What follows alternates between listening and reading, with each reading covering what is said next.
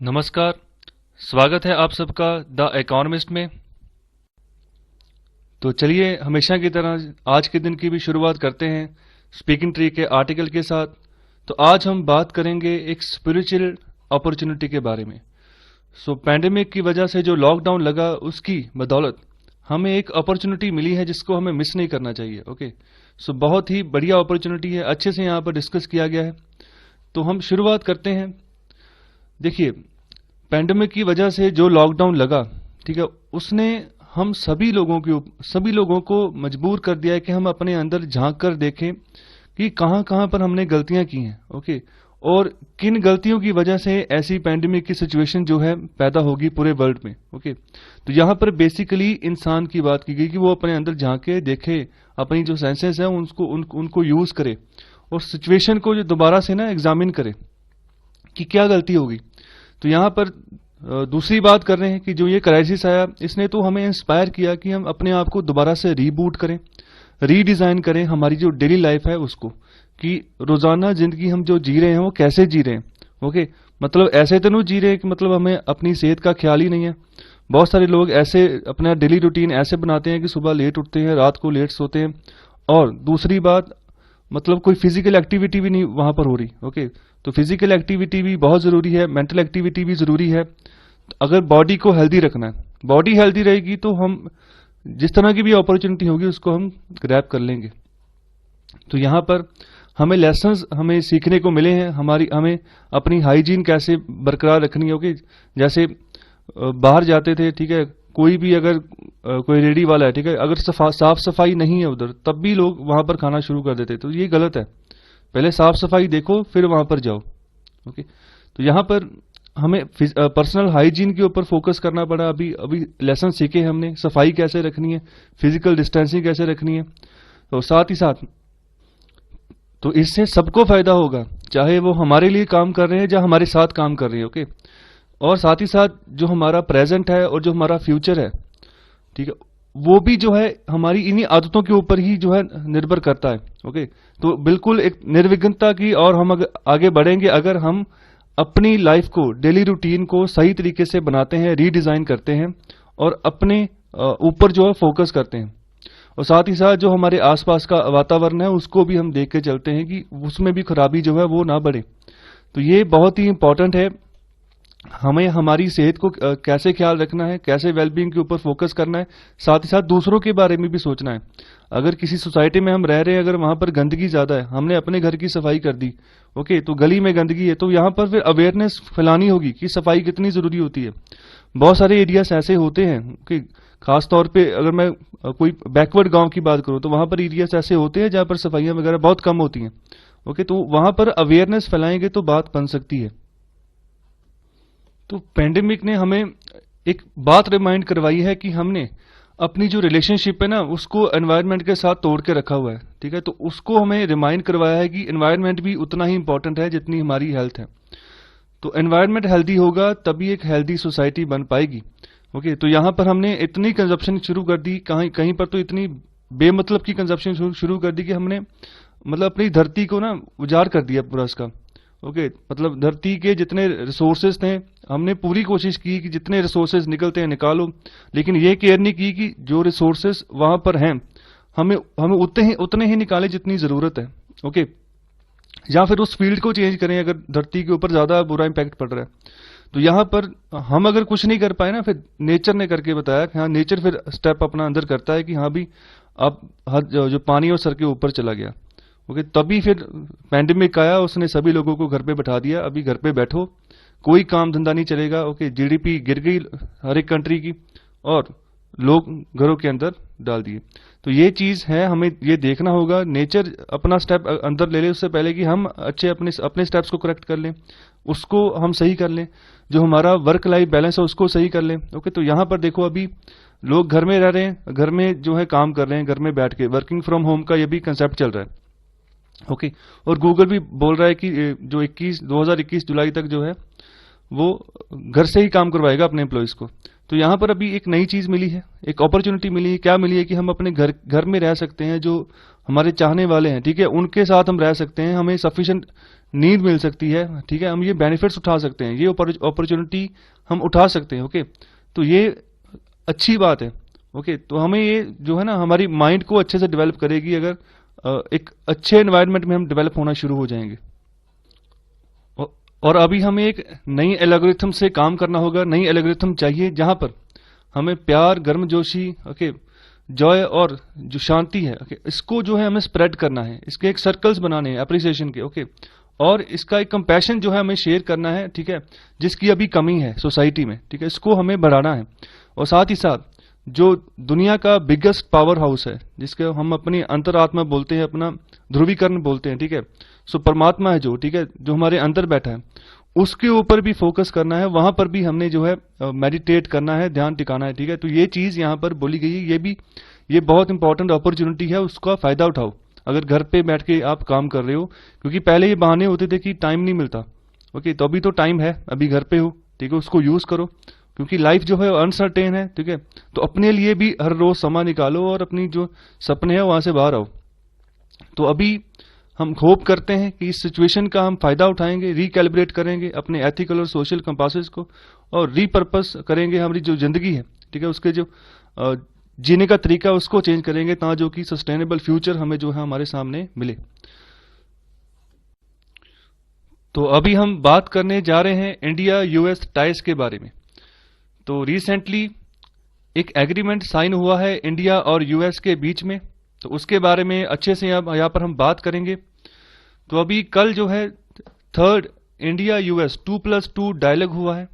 ये एक तरह की मिनिस्ट्रियल मीटिंग होती है जहां पर डिफेंस और फॉरेन मिनिस्टर दोनों कंट्रीज के जो है आपस में बैठते हैं, मीटिंग करते हैं, और मिलिट्री पॉइंट ऑफ व्यू से, ट्रेड पॉइंट ऑफ व्यू से, टेक्नोलॉजी पॉइंट ऑफ व्यू से और एनर्जी पॉइंट ऑफ व्यू से जो है आपस में डिस्कशन करते हैं। लेकिन ज्यादातर इसका जो एम्फासिस होता है वो मिलिट्री के ऊपर होता है।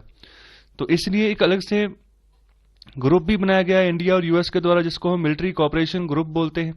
ओके, ये भी इंपॉर्टेंट है। तो वहां पर भी खास तौर जो मिलिट्री के ऊपर यहाँ पर फोकस किया जाता है, कैसे हम उसको फैसिलिटेट करें। ओके, और आपस में जो है ये जितने भी एक्सपीरियंस होते हैं उसको शेयर करते हैं। तो अभी ये पार्टनरशिप जो चल रही है, तो ये इंडिया के लिए क्रिटिकल है, क्योंकि अभी इंडिया जो है जनवरी में यूएन सिक्योरिटी काउंसिल का नॉन परमानेंट मेंबर बनने जा रहा है। साथ ही साथ जो इंडिया यूएस पार्टनरशिप है, it's not just tied the administration of the day और पर्सनैलिटीज इन ऑफिस। ये सिर्फ और सिर्फ एक तरह का ऐसा टाई नहीं है कि एडमिनिस्ट्रेशंस काम कर रही हैं, डिप्लोमेट्स काम कर रहे हैं, अलग अलग पर्सनैलिटीज काम कर रही हैं ऑफिस में एक दूसरे के साथ। यहां पर दोनों देशों के म्यूचुअल इंटरेस्ट जुड़े हुए हैं, वैल्यूज जुड़ी हुई हैं। ओके, तो अभी बेसिक एक्सचेंज कोऑपरेशन एग्रीमेंट, जिसको शॉर्ट फॉर्म में हम बीका बोलते हैं, ये एग्रीमेंट जो है ये भी एक मील पत्थर साबित होगा जो हमारे यूएस और इंडिया के साथ जो रिलेशन है उसको और मजबूत करने के लिए। तो यहां पर बीका एग्रीमेंट है क्या, इसको अच्छे से हम डिस्कस करते हैं। तो यहां पर जो बीका एग्रीमेंट साइन किया गया है, इसके तहत जो इंडिया जो है वो यूएस का जियोस्पेशियल डाटा यूज कर सकता है। ओके, तो उस जियोस्पेशियल डाटा से क्या होगा कि इंडिया को ना एक पूरी एक्यूरेसी मिल जाएगी, जितने भी उसके आसपास के जो एनिमी कंट्रीज हैं जो इंडिया के खिलाफ साजिशें करते हैं, कहां पर वो क्या क्या एक्टिविटी कर रहे हैं, वहां पर पिन पॉइंट एक्यूरेसी के साथ जो है डाटा कलेक्ट किया जा सकता है इस एग्रीमेंट साइन होने के बाद ही। तो यहां पर यूएस का जियो स्पेशल डाटा हम यूज करेंगे, क्योंकि वहां पर बहुत बढ़िया एक्यूरेसी आती है। ओके, और यहां पर यूएस भी जो चाहता है, स्ट्रेस कर रहा है कि चाइना को काउंटर करना कितना इंपॉर्टेंट है, क्योंकि वो डेमोक्रेसी के ऊपर एक तरह का थ्रेट पोज कर रहा है। रूल ऑफ लॉ कुछ नहीं है वहां पर, ना ही कोई ट्रांसपेरेंसी है कि वो कैसे गवर्न कर रहे हैं, कैसे अपनी जनता को जो है वहां पर फैसिलिटीज प्रोवाइड कर रहे हैं, इसके ऊपर किसी तरह की कोई ट्रांसपेरेंसी चाइना में नहीं है। तो वैसे वहां पर भी सिंगल पार्टी रूल है चाइना में, एक ही पार्टी पिछले 70 सालों से रूल करती आ रही है। अभी के प्रेसिडेंट है, उन्होंने अपने कॉन्स्टिट्यूशन में बदलाव करके उसको लाइफ टाइम के लिए प्रेसिडेंट बना दिया है कि अभी जब तक शी जिनपिंग जो है उनकी डेथ नहीं होती तब तक नया प्रेसिडेंट नहीं आएगा। तो एक तरह की डेमोक्रेसी वहां पर कहते हैं, लेकिन डिक्टेटरशिप की तरह है। ओके,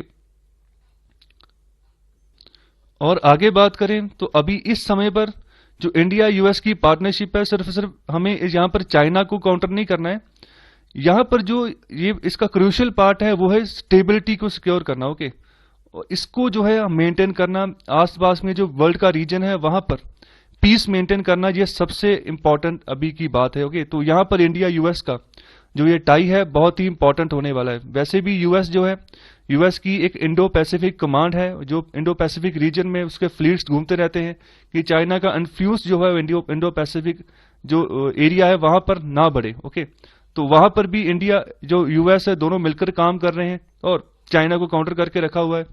तो अभी जो है यूनिपोलर वर्ल्ड पीछे छूट गया है। अभी जो समय चल रहा है वो मल्टीपोलर का है, मतलब कि पहले एक ही मुल्क की दादागिरी होती थी, यूएस की। यूएस वर्ल्ड वॉर 2 के बाद 2 मुल्क निकल कर आए थे, ठीक है। तब हम बाईपोलर वर्ड यूज करते थे, एक तरफ यूएसएसआर था, एक तरफ यूएसए था।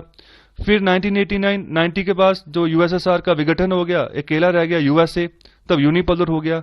अभी मल्टीपोलर चल रहा है। अभी सभी मतलब आ रहे हैं धीरे धीरे आगे, अपनी जो पावर है ना वो दिखा रहे हैं। जैसे चाइना है, यूएस है, रशिया है, इंडिया भी आगे बढ़ रहा है। और आगे बात करें, अगर हम क्वेड को और स्ट्रेंथन करते हैं तो क्वेड क्या है, ये 4 मेंबर कंट्रीज का एक ग्रुप है जहां पर जापान, ऑस्ट्रेलिया, इंडिया और यूएस, ये चारों मिलकर जो है काम करते हैं। बेसिकली यहां पर चाइना को काउंटर किया जाता है। ओके, तो इसलिए ये क्वेड ग्रुप बनाया गया है। तो रिसेंटली अभी मालाबार एक्सरसाइज होती है इंडियन ओशियन में, तो वहां पर रिसेंटली 2020 में ऑस्ट्रेलिया ने भी ज्वाइन कर लिया है। अभी वहां पर भी क्वेड जो है पूरा हो गया है। पहले 3 थे, जापान, इंडिया और यूएस। अभी 2020 में ऑस्ट्रेलिया भी ज्वाइन कर गया है, तो अभी वहां पर भी क्वेड जो है उसकी एक मिलिट्री और नेवी ड्रिल जो है वो बन चुकी है। तो ये भी इसी डायलॉग का एक पार्ट हम मान सकते हैं। ओके, तो साथ ही साथ यहाँ पर जो इफेक्टिव कॉल्स दी जाती हैं कि एडवांस्ड वेपनरी को हम बढ़िया करेंगे। तो यहाँ पर बेसिकली जो डायलॉग इसीलिए है कि वेपन सिस्टम, मिलिट्री जो टाई अप है उनको स्ट्रॉन्ग करना। साथ ही साथ ये भी इंपॉर्टेंट है, जो अच्छी इंफॉर्मेशन है वो भी यहाँ पर शेयर करनी चाहिए। ओके, कोऑर्डिनेट करना चाहिए, आपस में कोऑपरेट करना चाहिए एफिशिएंट मैनर में। और साथ ही साथ जो जितने भी एडवांसमेंट हो रही है आर्टिफिशियल इंटेलिजेंस में, सैटेलाइट सर्वेलेंस में, साइबर सिक्योरिटी में, रोबोटिक्स में, and materials are integral part of emerging strategic capability. तो ये भी बहुत ही इंपॉर्टेंट हिस्सा है एक अच्छी स्ट्रेटेजिक कैपेबिलिटी के लिए। इसके अलावा equipping powers that are committed to a common goal in all areas of strategic capability is an integral goal of continuing multifaceted dialogue between countries such as India and the US। तो ये सभी जो यहाँ पर बातें की गई, हमारा जो जो कॉमन गोल है वह उसके ऊपर हमें जो है कमिटेड रहना है। ओके, जितने भी एरियाज है जहां पर हम स्ट्रेटेजिक कैपेबिलिटी की बात कर रहे हैं, जहां पर हमारे जो इंटरनल गोल जो है एक जैसे हैं, तो उसके ऊपर हमें फोकस करना है, चलते रहना लगातार। और जो है ऐसे डायलॉग्स जो है वो हम करेंगे तो उसका फायदा तभी है जब जो हम सोल्यूशंस निकल के आएंगे, गोल्स जो डिटरमाइन करेंगे उसको हम अच्छे से इंप्लीमेंट कर लें। और जो साथ ही साथ लास्ट में बात की गई है कि जो डायलॉग का जो फोकस था, जो अभी ये 2+2 मीटिंग का डायलॉग हुआ, वहां पर पॉलिटिकल और मिलिट्री एंगेजमेंट के ऊपर बात करते हैं। ओके, साथ ही साथ हेल्थ केयर के ऊपर भी यहाँ पर बात की गई है। ओके, जो एफर्ट्स हैं जो कोविड-19 को टैकल करने के लिए लिए गए हैं, ये भी एक इशू था जो डायलॉग में डिस्कस किया गया। Okay, so as was the issue of terrorism and India's willingness to contribute to security and stability of Afghanistan from the immediate to the strategic, the scope for cooperation is wide and it calls for effort. तो देखिए, India पूरी कोशिश करता है security और stability जो है उसको मेंटेन रखे, खासतौर पे जो इंडियन सब कॉन्टिनेंट का रीजन है। ओके, तो वहां पर अफगानिस्तान में भी हम पूरी हेल्प करते हैं, वहां पर इलेक्शंस करवाने में मदद करते हैं, वहां पर पार्लियामेंट बना के दी है, वहां के जो लोग हैं वहां तक अनाज तक हम पहुंचाते हैं। ओके, वाया शबार पोर्ट ईरान से होकर अफगानिस्तान तक पहुंचता है। ओके, मुंबई से निकलता है और अफगानिस्तान तक हम पहुंचाते हैं। तो हम हर तरीके से कोशिश करते हैं, जहां पर पीस पूरी तरह से डिस्टर्ब है तो वहां पर हम मेंटेन करने की कोशिश करते हैं। ओके, तो बहुत ही इंपॉर्टेंट है। तो इसीलिए जो ये बीका एग्रीमेंट साइन हुआ है इंपॉर्टेंट है। इंडिया को एक पिन पॉइंट एक्यूरेसी के साथ जो है अपना टारगेट मिल जाएगा कि कहां पर चाइना क्या क्या एक्टिविटी कर रहा है। ओके, तो वहां पर अच्छे से जो इन्फॉर्मेशन मिलेगी तो उससे हम आगे उसको हम फॉर पीसफुल पर्पस यूज कर सकते हैं। ओके, तो फॉर पीसफुल पर्पस के लिए ही अमेरिका माना है कि आपको ये फैसिलिटी जो है जियो स्पेशल डाटा की हम देंगे। ऐसा नहीं है कि हमने अगर पिन पॉइंट एक्यूरेसी के साथ किसी को यहाँ पर टैकल कर लिया तो वहां पर हम मिसाइल दाग देंगे। ओके, तो इसको ध्यान रखिएगा। तो हर काम जो भी गवर्नमेंट करती है किसी न किसी प्रॉब्लम का सोल्यूशन निकालने के लिए करती है। तो यहाँ पर प्रॉब्लम ये थी कि हमारे पास पिन पॉइंट एक्यूरेसी नहीं थी, जो हमारे यहाँ डाटा आता था जियो स्पेशियल। ओके, सैटेलाइट के थ्रू। अभी अमेरिका की मदद यहाँ पर लेंगे तो हमें एक एक्यूरेसी मिलेगी, जिससे जो भी हम कैलकुलेशंस करेंगे आगे, ठीक है, जिस तरह की भी प्रेडिक्शंस लगाएंगे, जिस तरह की भी एक्टिविटी करेंगे, उसमें हमें फायदा मिलेगा। तो यहाँ पर एक सोल्यूशन हमारी इकोनॉमी को मिला है इस बीका एग्रीमेंट के जरिए। तो यहाँ पर हम बात करने जा रहे हैं जीएसटी के बारे में। तो यहाँ पर कैसे जीएसटी से रेवेन्यू रेस करें। अभी फिलहाल सेंट्रल गवर्नमेंट और स्टेट गवर्नमेंट्स के बीच में टसल चल रहा है जीएसटी के कंपनसेशन को लेकर। सेंट्रल गवर्नमेंट मना कर रही है कि अभी जो जीएसटी की कंपनसेशन की किस्त जानी थी स्टेट्स को, उसके लिए पैसे नहीं है, और सेंट्रल गवर्नमेंट ने बोल दिया कि स्टेट्स अपने अपने मार्केट से जो है उधार ले लें, और ठीक है, और अपना जो है काम चलाएं। तो अभी यहाँ पर इसी क्राइसिस के ऊपर बात बोली गई है। तो गुड्स एंड सर्विसेज टैक्स, ये 2017 में इसको लॉन्च किया गया था इंडिया में। तो यहाँ पर एक तरह का सेंटर और स्टेट्स में ना फेडरल डिवाइड शुरू हो गया है, ट्रस्ट जो है वो खत्म होना शुरू हो गया है स्टेट्स का सेंटर के प्रति। तब जब ये बनाया गया था, तब तो ये कहा गया था कि मतलब जितने तरह की भी जो ऑब्स्टैकल्स हैं उनको रिमूव कर दिया गया है। अब जो है 50-50% जो है टैक्स बढ़ जाएगा सेंटर और स्टेट्स में। ओके, तो ऐसी बहुत सारी बातें की गई थी। लेकिन अभी देखो, जितना भी टैक्स इकट्ठा होता है पहले सेंटर के पास जाता है, फिर सेंटर उसको स्टेट्स को कंपनसेट के रूप में प्रोवाइड करता है। अभी वो पैसा भी स्टेट्स जो है वो मांगते हैं सेंटर से, तो फिर उसको मिलता है। ओके, तो यहाँ पर अभी पेंडेमिक की वजह से टैक्सेस की कलेक्शन भी कम हुई है, जिसकी वजह से सेंट्रल गवर्नमेंट ऐसा बोल रही है कि फंडिंग की कमी है, अपने मार्केट से उधार लेके काम चला लो। तो जीएसटी को सही करने की बात की गई है। जीएसटी को हमें सही करना होगा। ये जो ट्रस्ट है ना स्टेट्स का सेंटर के प्रति, ये खत्म नहीं होना चाहिए। ओके, इस डिस्प्यूट के हमें हल निकालने, इसको ओवरहॉल करना पड़ेगा जीएसटी का, इसको और बेहतर जो है बनाना पड़ेगा। और साथ ही साथ जैसे इंडिया रिकवर कर रहा है पैंडेमिक से, इसको अभी जो मैक्रो इकोनॉमिक स्ट्रेस पड़ने वाला है, इसको अवॉइड करने के लिए जीएसटी के लिए ओके कोई नई जो है प्रोविजंस लानी पड़ेंगी। सो while a big fiscal deficit is both unavoidable and desirable in the current fiscal and probability the next fiscal consolidation must be near term goal. तो हालांकि अभी भी भारत का फिस्कल डेफिसिट बहुत ह्यूज है। ओके, सरकार हर बजट में कोशिश करती है कि फिस्कल डेफिसिट को हम कंट्रोल करके चलें, लेकिन फिर भी जो टारगेट माना जाता है उससे एक्सीड ही करता है।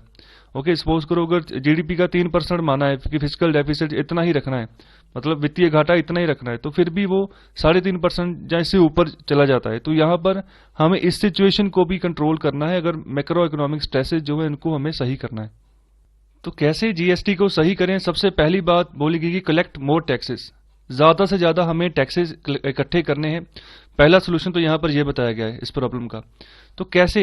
अभी क्वेश्चन ही ये है कि टैक्सेस ज्यादा इकट्ठे तो करने, हम तो नॉर्मली बोल देते हैं कि टैक्सेस ज्यादा कलेक्ट कर लो तो हो जाएगी बात, लेकिन कैसे करें, सिचुएशन यही है। तो यहाँ पर बात की गई है कि हम यहाँ पर अभी सरकार खर्चे भी कम करने की कोशिश की जा रही है, लेकिन उससे बेहतर ये होगा कि टैक्सेस की कलेक्शन बढ़ाई जाए।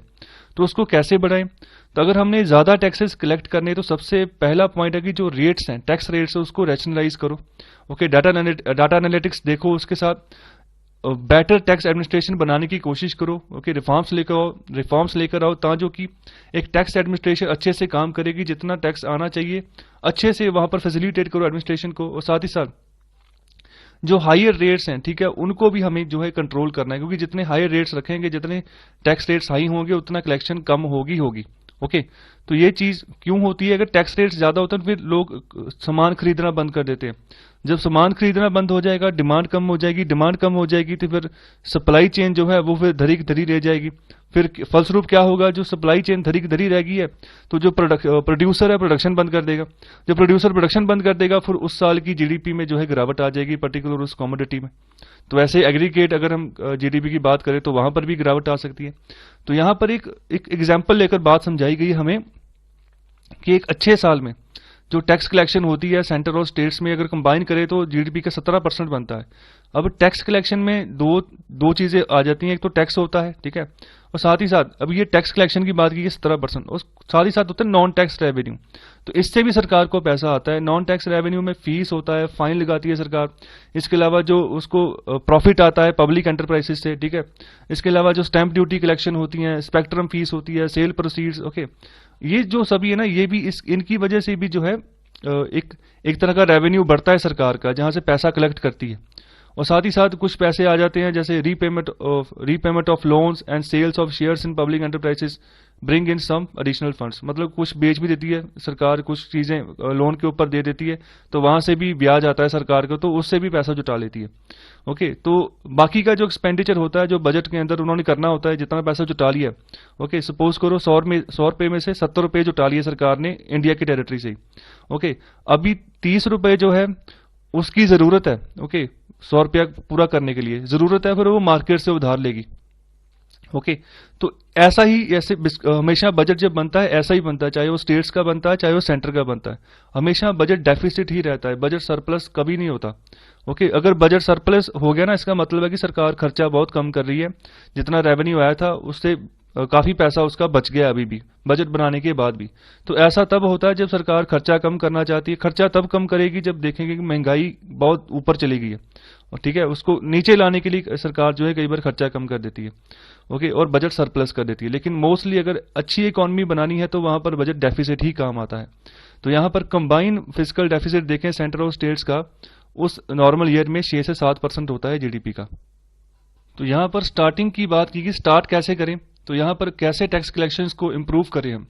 तो स्टार्टिंग कर रहे हैं जीएसटी को बेटर करो। जीएसटी को कैसे बेटर करें, तो यहां पर 5 स्लैब्स होती हैं जीएसटी की।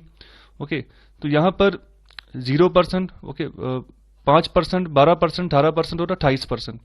तो यहां पर जो अलग अलग स्लैब्स हैं, ओके, तो यहां पर बात की गई है कि जो हम इंपोर्ट टैक्स कलेक्शन होती है हमारी पूरी इंडिया में, वो जीडीपी के 2% के बराबर होती है। और साथ ही साथ अगर सपोज करो किसी ईयर में 17% ऑफ जीडीपी की टैक्स कलेक्शन हुई है, तो उसमें से जो इनडायरेक्ट टैक्सेस आते हैं वो 12% ऑफ जीडीपी होते हैं। तो जो जीएसटी है वो एक तरह का इनडायरेक्ट टैक्स है, तो उससे हमें 12% ऑफ जीडीपी जो है कलेक्शन आती है।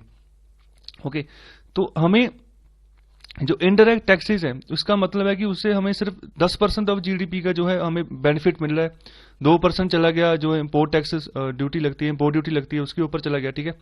तो इम्पोर्ट ड्यूटी होती है जब बाहर से कोई प्रोडक्ट आता है इंडिया में, तो उसके ऊपर सरकार इम्पोर्ट ड्यूटी के ऊपर लगा देती है अपनी डोमेस्टिक प्रोडक्शन को सही रखने के लिए। मतलब बाहर की कोई कमोडिटी आ रही है, उसका इंडियन जो कमोडिटी है उसको ऊपर इम्पैक्ट ना पड़े। ओके, तो यहां पर सीधी सीधी बात बोली गई है कि ज्यादातर जितनी भी गुड्स हैं वो 18% जीएसटी के स्लैब में है, और उनको जो है ना हम 28% और उससे भी ज्यादा जो है 28% के ऊपर है।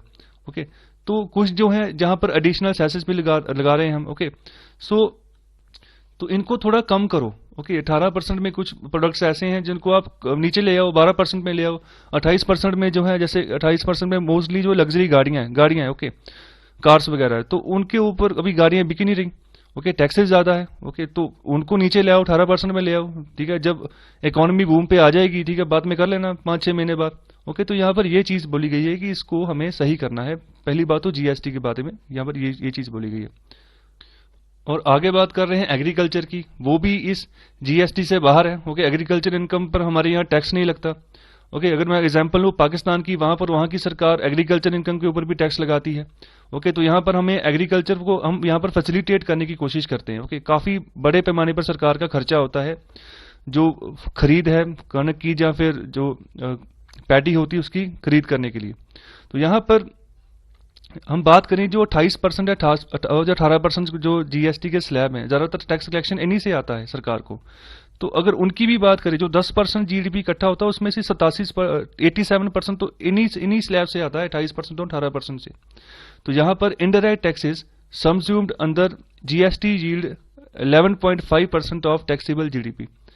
तो जितने भी इनडायरेक्ट टैक्सेस जीएसटी में हमने सबज्यूम करे हैं, जैसे वैट जो है उसको जीएसटी के अंदर सबज्यूम किया है, तो इसके अलावा और भी बहुत सारे टैक्सेस हैं छोटे छोटे जिसको जीएसटी के अंदर सबज्यूम किया है, तो वो सिर्फ और सिर्फ 11.5% है जीडीपी के हिसाब से। तो और आगे बात करें, यहां पर एग्जांपल ली गई है, if every unit of non agriculture value added were to bear GST at the rate of 11.5%, we would collect the same amount of tax. So देखो, कहने का मतलब जैसे पहले टैक्स कलेक्ट हो रहा था तो अभी सेम वही है, बस यही है कि वो जीएसटी के अंडर कर देगा उसको। ओके, पहले भी 11.5% बनता था जीडीपी, अभी भी जो है उसी के आसपास चल रहा है। ओके, तो अभी भी बहुत सारे स्मॉल प्लेयर्स हैं जो टैक्स नेट से बाहर हैं, ठीक है, उनको अंदर करना है।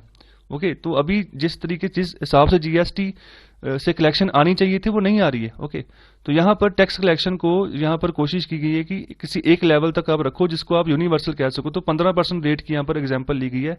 यूनिवर्सल कहने का मतलब कि ओवरऑल एक टैक्स रख लो, जितनी भी स्लैब्स हैं उनको सब मिला के एक टैक्स रख लो कि ओवरऑल 15% जो है टैक्स होगा, चाहे जो भी कमोडिटी हो।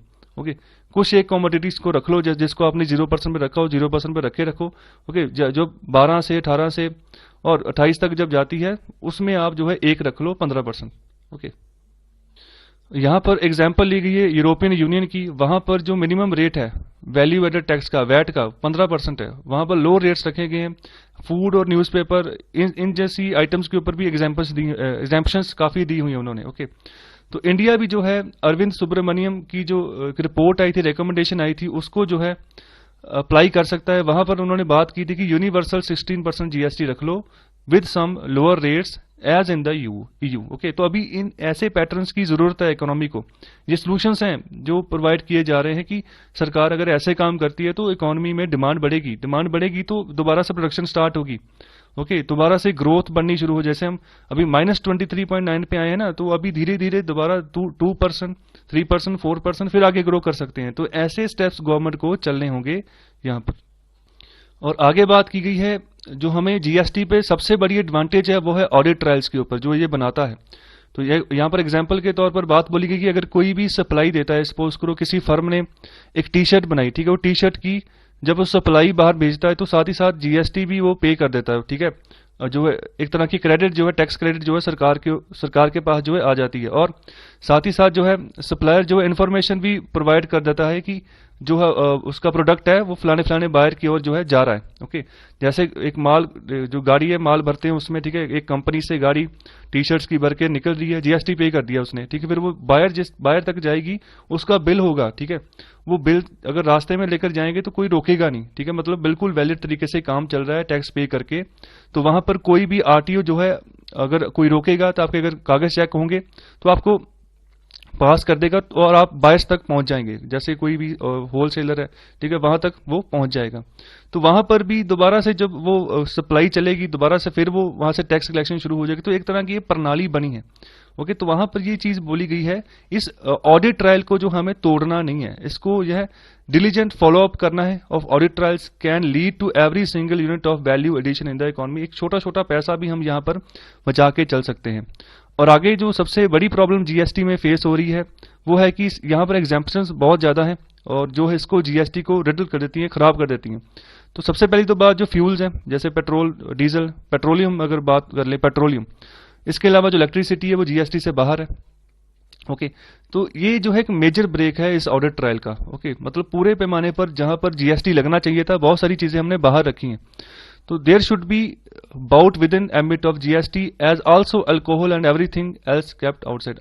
अल्कोहल जो है, शराब, वो भी जो है बाहर है जीएसटी से।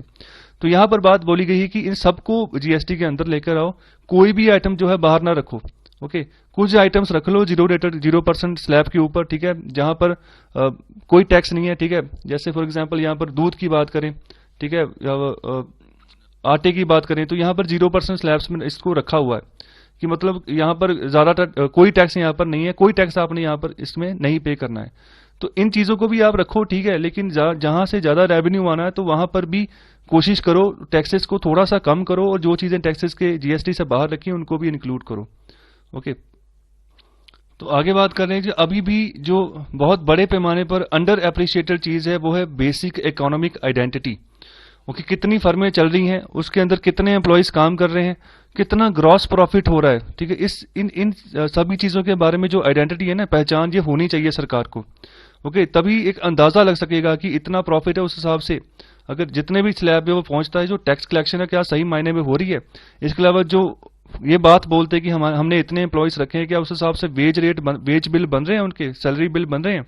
ओके, तो यहाँ पर जो वैल्यू एडेड होता है in production process breaks down into gross profits and the wage bill. तो सीधी सीधी बात है, जो भी यहाँ पर वैल्यू ऐड होती है, जो भी प्रोडक्शन चलती है, सीधी सी बात। ओके, तो वहां पर एक तो ग्रॉस प्रॉफिट होता है, दूसरा जो है वेज बिल बनता है, जो वहां पर एम्प्लॉयज होते हैं उनकी जो सैलरी का बिल बनता है। ओके, तो साथ ही साथ यहाँ पर जो है ना जीएसटी जो है अलाउ करता है taxman to identify not just the value chain that are interconnected with one GST pair, but also the incomes that should be bearing direct tax arising from that value addition process. कहने का मतलब GST जो है यहाँ पर सिर्फ और सिर्फ वैल्यू चेन को आइडेंटिफाई ना करे कि हाँ प्रोडक्शन की चेन चल रही है, ठीक है, उस हिसाब से सप्लायर ने प्रोडक्ट बनाया, इनडायरेक्ट टैक्स पे किया, जीएसटी फिर आगे चला गया। यहाँ पर उसके साथ भी जो इंटरकनेक्टेड है ना, जो जीएसटी पेयर है, ठीक है, उसको भी यहाँ पर टैकल करके चलें, जो इनकम्स आ रही हैं अलग अलग डायरेक्ट टैक्सेस से, ठीक है, और साथ ही साथ जो और वैल्यू एडिशन प्रोसेसेस हो रहे हैं उनको भी यहाँ पर देखें। सीधी सीधी बात बोलिए, जो ग्रॉस प्रॉफिट्स होता है उसके ऊपर कोई टैक्स नहीं लगता, लेकिन फिर भी आपको पता होना चाहिए कि कंपनी का किसी लेवल पर कितना ग्रॉस प्रॉफिट है। Okay, so there is only so much fiddling with the numbers that can be perform. सो क्या करते हैं ये कंपनी वाले, जितनी ग्रॉस प्रॉफिट होते हैं दिखाते कम है, ओके, उस हिसाब से इनका टैक्स कम हो जाता है और सरकार को चूना लगा जाते हैं। तो यहाँ पर अगर नकेल कसी जाए, इसके ऊपर एक पर्टिकुलर रिफॉर्म लेकर आया जाए, तो यहाँ पर भी जीएसटी कलेक्शन में सुधार जो है देखने को मिल सकता है। और साथ ही साथ जो ट्रेड यूनियंस होते हैं should be aggressive champions of GST because it allows them to identify the wage bill of a company. So यहाँ पर ट्रेड यूनियंस की बात की है कि एक तरह के इनको चैंपियंस बोला गया है जीएसटी के, जो कि वेज बिल को आइडेंटिफाई करते हैं किसी भी कंपनी को, सच में क्या जितना वेज बिल बना उस हिसाब से एम्प्लॉयज काम कर रहे हैं। ओके, मोस्टली क्या करती हैं फर्में, जो वेज बिल बनाती हैं स्टैंडर्ड सैलरी पे बना देती हैं, मतलब इतनी सैलरी है, ठीक है, 25,000 30,000, ठीक है, लेकिन एक्चुअल में उनकी उतनी होती नहीं है, उनके साइन करवा लेते हैं, ठीक है, वो भी मजबूरी में लगे होते हैं, एम्प्लॉयज की हमारी नौकरी है वो ना चली जाए, तो ये गड़बड़ झाला जो है अंदर चलता है। ओके, और साथ ही साथ ऐसा होता है कि कई बार ज्यादा नंबर ऑफ एम्प्लॉयज शो किए होते हैं, अंदर होते बहुत कम है, तो ये भी जो है गड़बड़ जाला है, वहां से भी जो है यहाँ पर पैसे बचाती है फर्में। ओके, वेज रेट को ना दिखा के, तो यहाँ पर एक्चुअल नंबर ऑफ एम्प्लॉयज भी नहीं पता चल पाता कि कितने हैं, तो फिर जो अगर एम्प्लॉयमेंट की बात करें तो उसकी भी फिर गलत फिगर आती है अगर पूरे इंडिया लेवल पे हम बात करें। और आखिर में यहाँ पर बात की है कि जीएसटी इवेजन को कैसे रोकें, तो सबसे पहले बात बोली कि स्टार्ट करो रॉ मटेरियल। रॉ मटेरियल का कहने का मतलब है जैसे जो प्लास्टिक, जहाँ पॉलिएस्टर स्टेबल फाइबर बनाती हैं, जो स्टील है, जो एल्यूमिनियम बनाती हैं, ठीक है, तो ये हमेशा जो बिग प्लेयर्स होते हैं, बढ़िया कंपनीज वही बनाती हैं, बड़ी बड़ी कंपनीज। तो ये जो है अगर इनके ऊपर कोई नेगेटिव इंपैक्ट आता है तो ये स्टॉक मार्केट में इनको झटका लग सकता है। ओके, तो अगर ये अपनी इनकम को अंडर रिपोर्ट करेंगे, ओके, साथ ही साथ they can be asked to identify every single one of their customers, कितने कस्टमर्स हैं सबकी डाटा बताओ। Okay, so in turn can be asked to identify their customers accounting for every bit of raw material they have processed. तो उसके बाद जो है customers हैं उनको भी आइडेंटिफाई करो, ताकि जो कि रॉ मटेरियल जिनको यहाँ पर प्रोवाइड किया है, हर एक चीज को यहाँ पर हम प्रोसेस कर सकें कि कंपनी से रॉ मटेरियल गया बन के कहाँ तक पहुंचा, ठीक है, जीएसटी कहाँ किसने दिया किसने नहीं दिया, कस्टमर्स की भी और जो कंपनी है उसकी दोनों की डिटेल जो है यहाँ पर रखो और रॉ मटेरियल से स्टार्ट करो। यहाँ पर आगे बात कर रहे हैं reverse charge, so in which the buyer pays the GST on the purchase directly to the government. So reverse charge में क्या है कि बायर सीधे जीएसटी गवर्नमेंट को पे कर रहा है जो भी वो परचेज कर रहा है। ओके, तो instead of to seller for him to make the payment and claims input credit with the necessary paper work should be made wide separate. तो यहां पर आगे बात कर रहे हैं कि जैसे अभी हम कोई चीज खरीदते हैं तो हमने टैक्स दे दिया जीएसटी, हमारे बिहाफ पे जो सेलर है ना, जो वो शॉपकीपर है, जो शॉप वाला है, वो पेमेंट करता है गवर्नमेंट को, तो वो शो करता है कि उसने अभी टैक्स जो है क्रेडिट कर दिया है। तो यहां पर भी नेसेसरी पेपर वर्क होता है, तो इसके ऊपर फोकस करना चाहिए, इसको ज्यादा फैलाना चाहिए कि बायर्स को भी पता होना चाहिए कि हाँ हमने जीएसटी देना है। फॉर एग्जाम्पल जैसे ये कागज होते हैं, बिल बनते हैं ना, प्रॉपर बिल, तो ये इसका चलन बहुत कम है। ओके, प्रॉपर बिल का चलन बहुत कम है, इनको और एक्सप्लोर करना होगा, जागरूक करना होगा हमारी पॉपुलेशन को। उसके लिए अवेयरनेस हम चला सकते हैं, अवेयरनेस कैंपेन्स चला सकते हैं। और साथ ही साथ जो जीएसटी नेटवर्क है, ओके, तो इसको भी यहाँ पर हमें सही करना है। ओके, जो इनवॉइसेस भरते हैं, जहां पर बिल बनता है, इसको इनवॉइस भी हम बोलते हैं, इसकी अवेयरनेस यहाँ पर बढ़ाओ, सिस्टम में इसको इन्वॉल्व करो, ठीक है, ऑटोमेटिकली ये रजिस्टर हो जीएसटी के तहत। ओके, अभी बहुत सारे लोग हैं, सेलर हैं जो जीएसटी के तहत यहाँ पर रजिस्टर्ड हैं, बहुत सारे ऐसे हैं जो अभी भी नहीं है, जो सामान लेकर आते हैं, ठीक है, बिना बिल के एक सफेद कागज रखते हैं, सफेद कागज के ऊपर बिल बनाते हैं और अगर बोल देते हैं देखिए आपने इतनी शर्ट्स ली, आपने इतनी पैंट्स ली, ठीक है, तो आपका टोटल बिल इतना बनता है, ये लीजिए, कोई पक्का बिल नहीं होता। ठीक है, इनको अभी सही करना होगा। अगर ऐसे जितने भी आइडेंटिफायर्स हैं, बायर हैं, सेलर हैं, ठीक है, उनको हमें यहाँ पर देखना होगा किसी ना किसी तरीके से कि इनको कैसे आइडेंटिफाई करें। ओके, और साथ ही साथ अच्छे से जो है हम इंफॉर्मेशन जो है सरकार के पास पहुंचे कि जीएसटी कलेक्शन एक्चुअल कितनी हुई है, ओके, और कितनी जो है आगे आने वाले समय में हो सकती है। तो ये थोड़ा सी यहाँ पर बात की गई है जीएसटी के बारे में, जीएसटी को हम कैसे सही करें। तो यहाँ पर हम यहाँ पर विराम लगा रहे हैं। सॉल्यूशंस के बारे में हमने अच्छे से डिस्कस किया है यहाँ पर कि जीएसटी, ठीक है, जीएसटी से हम अच्छे से टैक्स कलेक्ट कर सकते हैं अगर उसको थोड़ा सा सही करें, टैक्स रेट्स को थोड़ा सा कम करें। तो अभी के लिए फिलहाल इकोनॉमी को बूम पे लेकर आना है, पटरी पर दोबारा वापस लेकर आना है। तो ये सभी बातें हमें यहाँ पर फोकस करनी होगी अच्छी इकोनॉमी ग्रोथ के लिए। सो आई होप आपको लेक्चर अच्छा लगा है, तो कृपया लाइक, शेयर और सब्सक्राइब जरूर करें। बहुत बहुत शुक्रिया लेक्चर सुनने के लिए।